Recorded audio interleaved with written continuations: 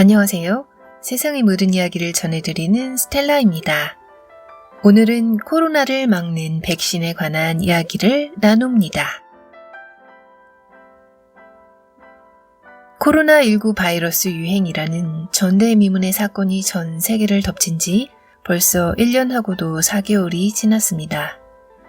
우리들은 이제 마스크 없이는 외출도 하지 못하고 4명 이상 자유롭게 만나서 밥을 먹거나 차도 마시지 못합니다.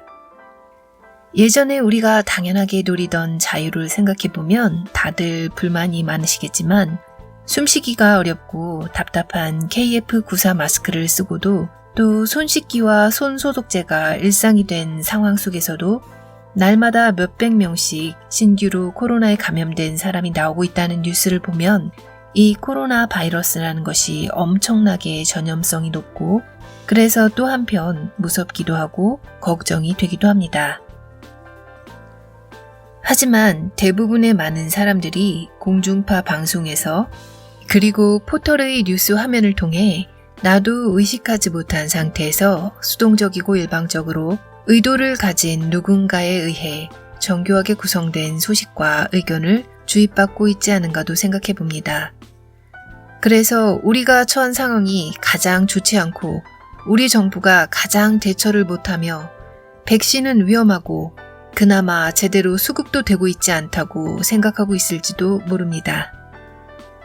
하지만 오로지 대한민국과 일본의 언론만 빼고 전 세계가 대한민국의 코로나 대응과 방역을 부러워하고 칭찬하고 있는 사실을 알고 계십니까?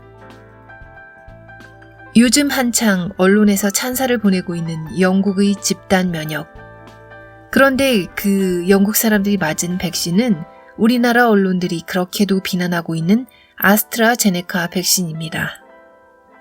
양심이 있다면 백신을 비판하는 것과 그 백신을 맞고 생긴 집단 면역을 부러워하는 것, 둘 중에 하나만 해야 하는 것이 아닐까요? 백신을 맞아 잃어버린 일상을 찾았다는 해외 뉴스. 하지만 우리나라 사람들은 지금까지 일상을 잃어버린 적이 없습니다. 대한민국에서 마트와 편의점이 문을 닫은 적이 있나요? 우리가 병원과 약국에 못 간 적이 있나요? 식당에, 커피숍에, 술집에 가지 못한 적이 있었나요? 코로나 감염자가 급격하게 많아졌을 때 일시적으로 제한적인 조건을 두긴 했지만 우리는 지금까지 일상을 빼앗긴 적이 단 한 번도 없습니다.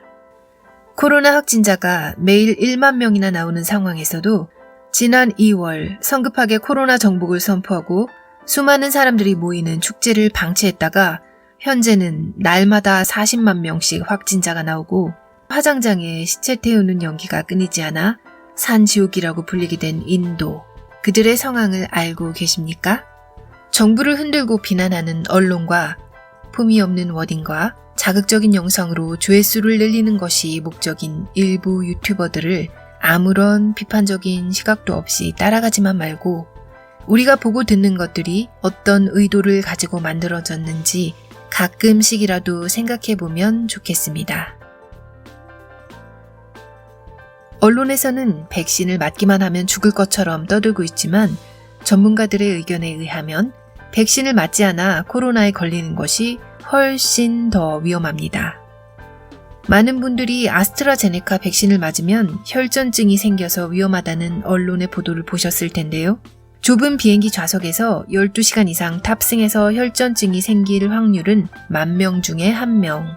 먹는 피임약으로 인해 생길 수 있는 혈전증의 부작용은 1,000명 중에 1명. 흡연으로 인한 혈전증은 1,000명 중 18명. 코로나에 걸려서 혈전증이 걸릴 확률은 1,000명 중에 165명이나 되고요. 아스트라제네카 백신을 맞고 혈전증이 생길 확률은 100만 명당 단 4명이라고 합니다. 4월 27일 기준 우리나라의 접종자 300만 명 중 단 1명도 없었고요.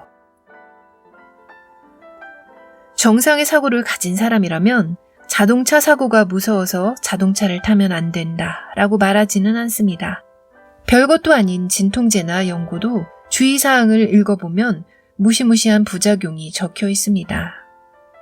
검증도 안 된 다이어트 약 같은 것은 그렇게도 잘 드시는 분들이 코로나 백신이 위험하다고 그렇게들 야단들이신지 저로서는 신기할 따름입니다.